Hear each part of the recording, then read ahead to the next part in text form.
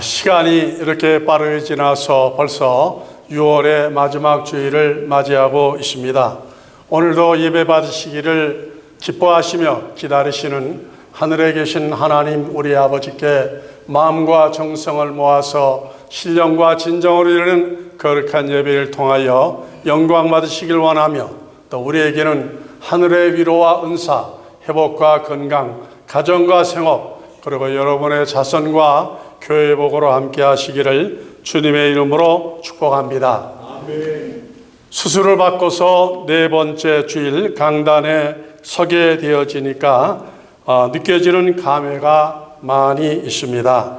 하나님의 특별한 은혜와 여러분의 기도로 인하여서 다시 말씀을 전하게 되어졌습니다. 하나님께 감사로 영광을 돌리며 여러분께도 심심한 감사의 말씀을 드립니다. 아멘. 이제 저는 쓸개 빠진 사람이 되었습니다. 병원에 입원해 있는 동안에 이제 쓸개를 제거한다는 말을 처음 들었을 때에 여러 가지 생각이 많이 지나갔습니다.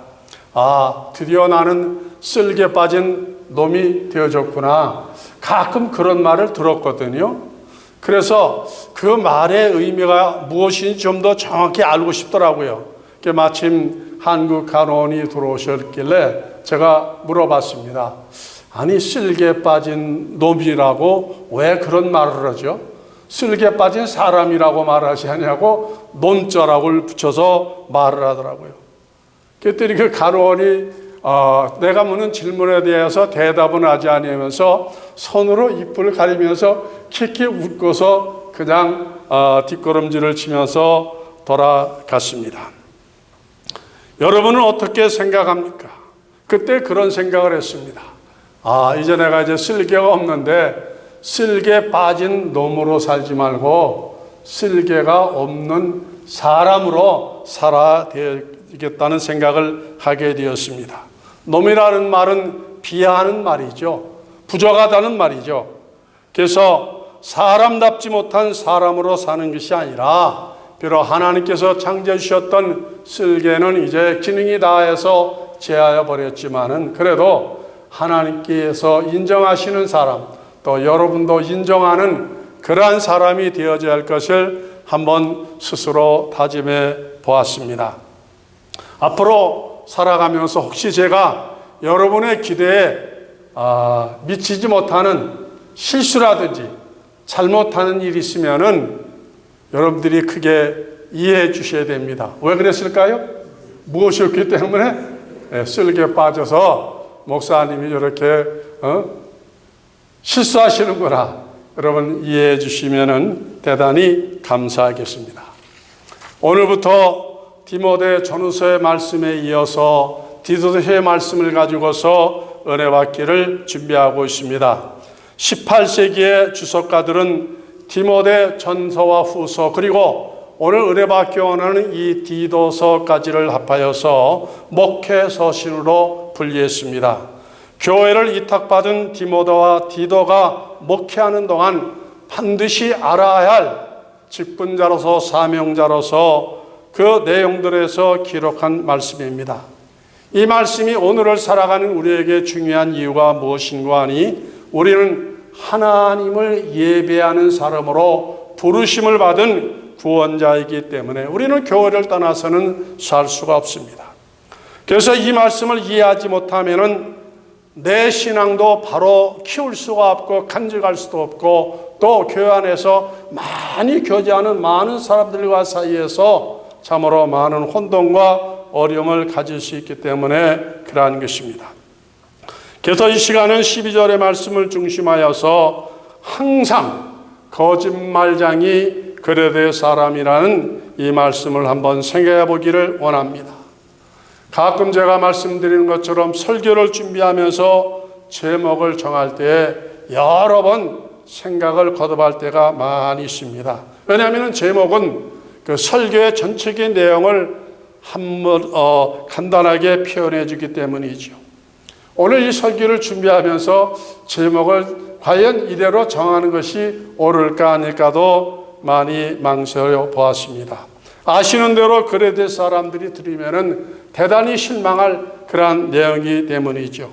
다른 데도 아니고 성경이 어떻게 이런 내용으로 강하게 그곳 사람들을 비판하고 있는지 모르겠습니다. 얼마나 거짓말을 많이 하고 얼마나 거짓말을 잘 했기에 이런 비판을 받고 있습니까? 거짓말에도 종류가 있다고 그러죠. 빨간 거짓말이 있고 더 강도가 센 거는 무슨 거짓말? 새빨간 거짓말이 있습니다. 거짓말의 정도에 따라서 이런 표현을 사용합니다. 그런가 하면은 또 이제 하얀 거짓말도 있습니다. 새하얀 거짓말도 있죠. 하얀 거짓말은 용서가 되는 거짓말을 의미하는 것입니다. 우리가 살아가면서 거짓말을 안 하고 살 수는 없습니다. 우리가 자주 하는 거짓말은 빨간 거짓말이나 새빨간 거짓말이 되어서는 아니 되어지는 것은 그것은 죄를 짓는 것이기 때문에 그러합니다. 그러나 하얀 거짓말은 용납이 되어지고 용서가 되어지고 또 우리에게 윤활유와 같이 아주 좋은 것입니다. 예를 들면 이런 것이죠. 우리 김춘혁 원장 오늘 굉장히 젊어 보이시네요. 그러면 이거 무슨 거짓말이에요? 진짜의 거짓말이에요. 진짜예요. 네. 네. 제가 그렇게 말하는 것은 왜 그런 말을 하는 거죠? 누구를 좋게 하기 위해서? 네, 상대방을 기분 좋게 하기 위해서. 상대방의 기분이 좋으면은 내게도 뭐가 떨어져요? 콩고물이 떨어지니까 피차 좋은 것이죠. 그래도 한 수 더 올려 말하면은 오늘 권사님 입으신 옷이 어떻게 그 패션이 굉장히 이전과 달리 특별하네요. 그러면 한 번 더 올린 건데 그것도 무슨 거짓말이에요? 네, 새한 거짓말. 그런 거짓말은 하면 할수록 서로가 유익하고 좋은 겁니다. 그래서 이런 거짓말은 많이 할수록 좋은 거예요. 내가 설교를 못해도 목사님 은혜 받았습니다 그러면은 그냥 껴안아주고 싶더라고요. 근데 우리 교회 교인들은 그냥 얼마나 표현이 인색한지 모르겠어요. 박희환 목사님은 그거는 잘 아셔. 내가 설교를 못해도 목사님 은혜 받았습니다. 아멘. 나는 나도 아는데 그런 말씀을 해주면은 고맙더라고요. 다음에 더 잘하게 되더라고요. 그런데 죽쓰고 내려왔는데 또 그 말까지 안 해주면은 정말 지구멍이 됐으면 들어가고 싶은 마음이 있더라고요.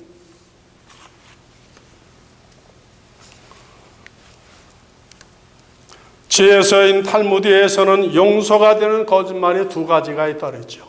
유대인들 사회에서 용서되는 거짓말이 두 가지가 있는데, 첫째는 결혼식에 참석하면은 신랑을 향하여서 신부에 대해서 아주 큰 소리로 칭찬해 주는 거예요. 아니 어디에서 이렇게 참 세상에 둘도 없는 이런 미인을 부인으로 맞이하느냐고 그냥 어마어마하게 칭찬을 해주라는 거예요. 그거를 아무리 많이 해도 그 사회에서 누가 욕할 사람이 없다. 용서가 되진다는 거예요. 그리고 그 집의 잔치의 음식이 내 마음에 조금 부족하더라도 참 훌륭했다, 좋았다, 그냥 넘치게 칭찬을 많이 해주라고 그랬습니다. 그래야 잔치도 기분 좋고 자기도 기분이 좋은 것이죠. 또 하나는 어떤 거짓말이 용서되는 거 아니, 자기 주변에 있는 사람이 어디서 물건을 샀는데 자기가 보기에는 바가지를 엄청 쓴 거예요. 그렇다 할지라도 가까운 사람이면은 참 좋은 걸 고르셨네요. 어떻게 이렇게 귀한 것을 샀느냐고 그냥 칭찬해 주면서 아주 좋은 말을 해주라고 그랬습니다. 아니 그 바가지 썼다라면 그 사람이 어떻게 돼요? 속이 뒤집어지는 거 아니에요? 화가 나지 않겠습니까? 서로를 위해서, 유익을 위해서 그렇게 하라고 말씀하셨습니다. 우리 한국 사회에서도 용서가 되는 거짓말 몇 가지가 있다 그랬어요? 세 가지가 있다 그러잖아요. 세 가지. 처녀가 무엇하기 싫다는 거? 시집가기 싫다는 거, 그거 진짜로 들으면 큰일 난다는 거죠. 처녀가 시집가기 싫다는 말은 빨리 가고 싶다는 거예요. 처녀도 종류가 있다 그러죠. 골드미스가 있고 올드미스가 있고 브론즈, 실버가 있다 그러는데, 요즘에 그 골드미스들은요, 그분들은 경제력도 있고 실력도 있고 마음만 먹으면 얼마든지 갈 수 있는 그와 같은 여자분들인데 가기 싫어서 안 가는 사람이래요. 그러나 올드미스는 가진 것도 없고 내세울 것도 없고 또 사람도 없어서 못 가는 사람인데, 그런 사람들이 그런 말을 할 때는 용서해 주라고 말씀하여 줬습니다. 그 다음에 두 번째 용서되는 말이 뭐죠? 자주 많이 듣습니다. 아이고, 나 빨리 죽고 싶어. 빨리 죽고 싶어. 누가 그런 말을 많이 하죠? 어르신들이 가끔 말씀하는데, 그래요? 그럼 빨리 가시죠. 그 말 했다가는 큰일 납니다.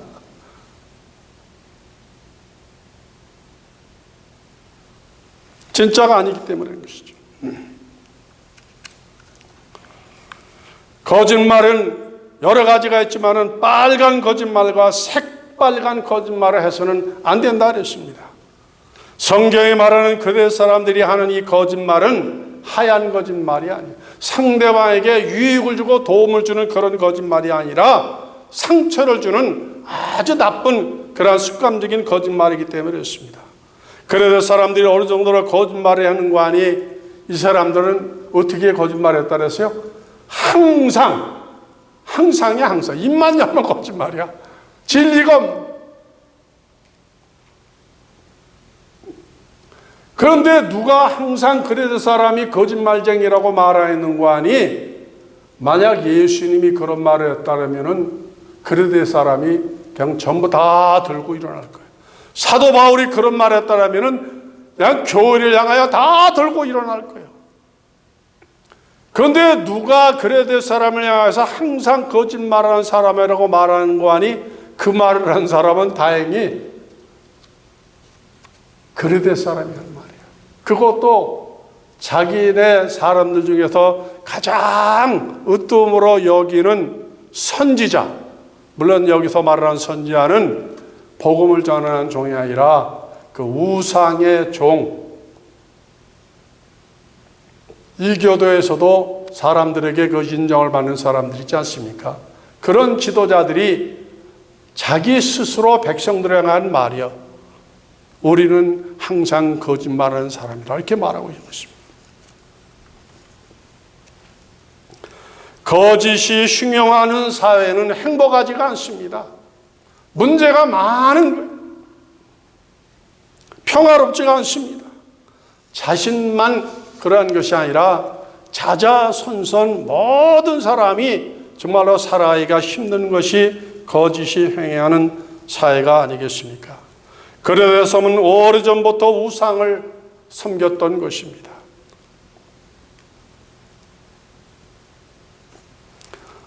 그래 내가 지형적으로 어디에 있는 거 아니? 유럽과 아프리카 그리고 아시아를 연결하는 그 지중해 안에 있는 작은 섬입니다. 고대 문명의 발상지였고 그러한 것이죠. 그런데 이 섬 사람들은요, 한국도 마찬가지예요. 세계 어디나 마찬가지입니다. 특별히 예수님이니까 가장 힘든 것이 바로 섬 사람들이죠. 항상 그것은 바람이 있고 파도가 있고 풍랑이기 때문에 그 일기가 조속적으로 변하기 때문에 사람의 마음도 심리도 그렇게 늘 불안하기 때문에 그러한 것이죠. 그래서 한국에서도 섬 선교하시는 분들의 그 기록이나 간증하는 것을 보게 되어지면은 섬 선교하는 것이 그렇게 힘들다고 하는 말을 많이 듣게 되어집니다. 그 그레데 악한 토양이 좋지 않은 것에 사도 바울이 교회를 세운 거예요. 그레데 교회를 세웠습니다. 그런데 그곳에 교회가 얼마나 어렵고 도전과 박해 시험이 많이 있겠습니까? 그래서 사도 바울이 그 교회를 담임하는 디도에게 이제 어떻게 하면은 이 그레데 교회를 교회다운 교회로 설립할 수 있고 여기에서 하나님의 역사 영광을 생각에 대하여서 디도 목사를 향하여서 주시는 권고의 말씀의 내용이 여기에 있는 것입니다. 크게 두 가지를 부탁하였는데, 하나는 교회의 충성스러운 종을 분별해서 세우라 그랬습니다. 교회의 가장 기준은 무엇이냐면요, 정말로 믿음의 사람 한 사람만 잘 자리 지키고 있으면은 그 교회는 절대로 흔들리지 않습니다. 교회가 부흥하는 것도 몇 사람 때문에 부흥해요? 한두 사람 때문에. 어려움을 당하는 것도 여러 사람 때문에 그런 것이 아니라 한두 사람 때문에 어려움을 당하는 것을 많이 보게 되어집니다. 이런 권면은 그레데 교회만을 향하는 것만 아니라 이 땅에 존재하는 모든 교회, 우리 교회에게도 주시는 말씀이 아닐 수가 없는 것입니다. 왜냐하면 교회는 신실한 믿음의 사람들을 세움으로 인하여서 만서의 반석과 같은 교회로 든든하게 세워져 가기 때문에 그러한 것이죠. 그러면 교회가 어떤 인물을 잘 관찰하고 성별하여서 직분자로 세워야 되어지는가? 그 5절과 7절은 이렇게 기록하고 있습니다. 내가 너를 그레데에 떨어진 이유는 부족한 일들을 바로잡고 나의 명한 대로 각 성에 장로들을 세우게 하려 함이니. 바울이 디도 목사를 향하여 그레데에 파송한 이유를 말씀하고 있습니다. 하나님께서 왜 이 시대에 우리를 평강교회에 보내셨을까? 미국에 보내셨을까? 여러분이 계획하고 여기 왔습니까? 아니죠. 우리가 우리의 생각과 내 계획으로 여기 온 사람 아무도 없습니다. 저도 이번에 병상에 누워서 여러 가지 생각을 많이 하고 주님과 나와의 또 결산할 것 계속 그 결산하면서 이제 생각을 많이 정리한 것들이 있습니다. 앞으로 이제 그대로 내가 진행할 건데, 지금 우리가 여기 있는 것이 내가 원해서 이 자리에 있는 것이 아니라 누가 여기를 우리를 불러다 놓으신 거예요? 주님이 불러다 놓으신 것이죠. 무엇을 위해서? 주님의 나라를 이루어드리기 위해서 우리를 여기서 지금 세워주신 것입니다. 내가 원하는 것이 아니라는 것, 주님이 원한 것이죠. 주님의 일을 맡기기 위해서 여러분들 여기에 세우셨습니다. 그 사명이 끝나면은 여기에서 아무리 더 5년, 10년 더 머물고 싶어 하도 누가 허락하시지 아니하시는 거예요? 주님이 허락하시는 거예요. 그때는 불러가시는 거죠. 불러가시는 거예요. 그렇기 때문에 우리의 남은 생명 기간 동안 내 능력과 은사가 주어져 있는 이 기간 동안 우리가 정신을 번쩍 차리고 열심을 다하여서 최선으로 우리가 맡은 일에 충성하여야 되어지는 겁니다. 때가 지나면은요, 못하는 거 하고 싶어도 할 수가 없어요. 6절은 책망할 것이 없고 한 아내의 남편이며 방탕하다 하는 비방이나 불순종하는 일이 없는 믿는 자녀를 둔 자라야 할지니라. 이 말이 무슨 말씀인가 하니, 교회 직분자로 세울 사람들은 손가락질 당할 사람을 세우지 말라는 거예요. 그 사람이 아무리 실력이 있고 돈이 많고 세상적인 영향력이 큰 사람이라 할지라도 윤리적으로, 도덕적으로, 교리적으로 부족한 사람은 그건 잘라버리라 했습니다. 죄어버리라 했어요. 차라리 가진 것도 없고 그 다음에 능력도 부족한 사람이라면은, 그 사람이 신실한 사람이면은 그를 택하여 세우라고 말씀하여 주는 것이죠. 7절은 계속해서 이렇게 말합니다. 교회 직분자로 필요한 사람은 감독은 하나님의 청지기로서 책망할 것이 없어야 되진다 그랬어요. 제 고집대로 하지 아니하며 급히 화내지 아니하며 술을 즐기지 아니하며 구타하지 아니하며 더러운 일을 탐하지 아니하는 사람이라야 한다고 그랬습니다. 누가 이런 사람이 되어졌나고요? 교회 앞에서 우리가 그런 사람이 되어야 할 것을 말씀하여 주는 것입니다. 왜냐하면 우리는 하나님의 나라, 주님의 몸 된 교회를 지금 파수하는 사수꾼들이기 때문에 그러한 것입니다. 특별히 고집대로 하지 말라요. 고집대로. 급하게 화를 내지 말라고 그랬습니다. 더러운 일을 탐하지 말라고 그랬습니다. 우리 중에 고집이 없는 사람은 없죠. 사람마다 다 고집이 있어요. 두세 살짜리도 다 뭐가 있어요? 고집이 있죠. 고집. 산 사람은 다 고집을 가지고 있어요. 그러나 고집을 부려야 할 때가 있고 부리지 말아야 할 때가 있습니다. 언제 우리는 고집을 부려야 돼요? 어려운 일을 할 때, 불의한 일을 보게 됐을 때는 그걸 우리가 가만히 있어서는 아니 되어지죠. 결단해야 됩니다. 그런데 그러한 일에 나서지 않냐고 엉뚱한 자기 고집에 그냥 붙잡혀 있으면은 그거는 자기 도망하고 남 도망하게 하는 거예요. 그래서 그런 고집을 무슨 고집이라는 말이 무슨 고집? 다 들으셨는데 나는 그 자는 뺐는데 고집자 말로 쌍디어 뜨건구는. 오늘 말씀을 통해서 내 안에는 그런 고집이 있으면은 여러분이 교회를 나가실 때 다 떨고 나가시기를 주님의 이름으로 축복합니다. 아멘. 교회를 섬기다 보면 화날 때가 있어요. 그럴 때도 조절하라 그랬습니다. 인내하라 그랬어요. 절제하라 그랬습니다. 속도를 내라 그랬습니다. 이 훈련이 잘 안 돼 있으면은 공중탑을 일시에 그냥 무너뜨리는 거예요. 꼭 명심하시길 바랍니다.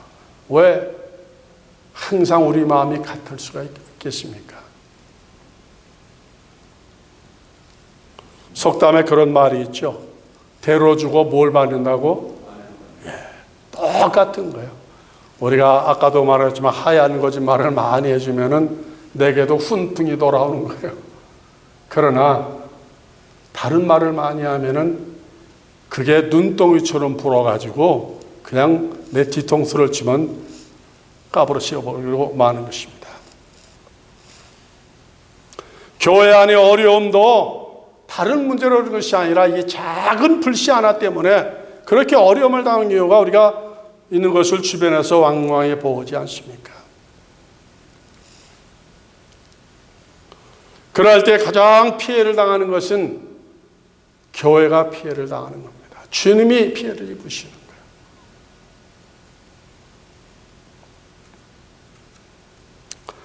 그런데 오늘 특별히 이제 결론의 말씀이 무엇인가 하니 그레데 교회 안에 있는 거짓말, 진짜 전문적인 거짓말하는 사람들을 잘 구별해서 그들이 이 자리에 절대로 앉지 못하게 하라 그랬어요. 얼마 전까지라도 한국에 있던 신천지가 아주 무섭게 그냥 교회를 막 그냥 공격하더니 이번에 코로나 사태로 인하여서 주춤해지고 기둥이 흔들리고 있는 가운데 있는데 지금 미주 안에도 이 신천지 무리들이 교회를 지금 탐색을 많이 하고 있다고 그러잖아요. 이미 여러 곳에 들어가 있는 곳도 있다고 말하고 있지 않습니까? 그래서 그러한 거짓말쟁이들이, 이단자들이 지금도 쉬지 아니하고 교회를 넘어뜨리려고 공격해 들어오고 있는데 이것을 분별해내라 했습니다. 어떻게 우리가 분별할 수가 있겠습니까? 디도서 3장 10절은 이렇게 기록하고 있습니다. 이단에 속한 사람을 한두 번 훈계한 후에 멀리하라 했습니다. 이단 사상을 가정하나 전파하는 자들에게는 교제하지 말라는 것이죠. 상종하지 말라 했습니다. 또 3장 11절 이러한 사람은 내가 아는 바와 같이 부패하여져 스스로 정죄한 자로서 죄를 짓는 자랍니다. 이 말이 무슨 말인가 하니 하나님도 이단자들은 내쳐버린 거예요. 하나님이 버린 사람을 우리가 어떻게 붙잡을 수가 있습니까? 하나님이 죄어버린 사람을 사람이 잡을 수가 없는 것이죠. 하나님이 포기한 사람을 우리가 어떻게 할 수가 없는 겁니다. 이단자리 어느 정도로 악한 거 아니 12절은 그렇게 기록하였죠. 짐승이라 했습니다. 자기 배만 위하는 게으름장이라. 우리 세상에 짐승이 좋은 짐승이 많이 있지 않습니까? 우리에게 고기도 주고 영양을 주고 또 여러 가지 사람을 돕는 분들 많이 있는데 지금 성경이 말하는 이 짐승, 어떤 짐승? 악한 짐승이라 그랬어요. 우리에게 큰 상처와 그 다음에 재산과 영혼의 악을 주는 그러한 것이라고 말씀하셨습니다. 그들의 특징이 거짓말이라 그랬습니다. 예수 말고도 천국 갈 수 있다는 거죠. 교회 안 나가도 괜찮다는 겁니다. 교회 갈 필요가 없다는 거예요. 자기들에게 오라는 거죠. 이러한 이단자들을 철저히 경계하여서 그들의 교회를 하나님이 받으시는 귀한 교회로 참으로 지켜졌던 것처럼 주님이 우리에게 맡기신 평강교회를 하나님이 기뻐 받으신 교회로 여러분들이 지키시고 열매를 맺어드리시는 그러한 교회 되어지시기를 주님의 이름으로 축복합니다. 다윗의 자손 예수 목자이신 어린 양 진실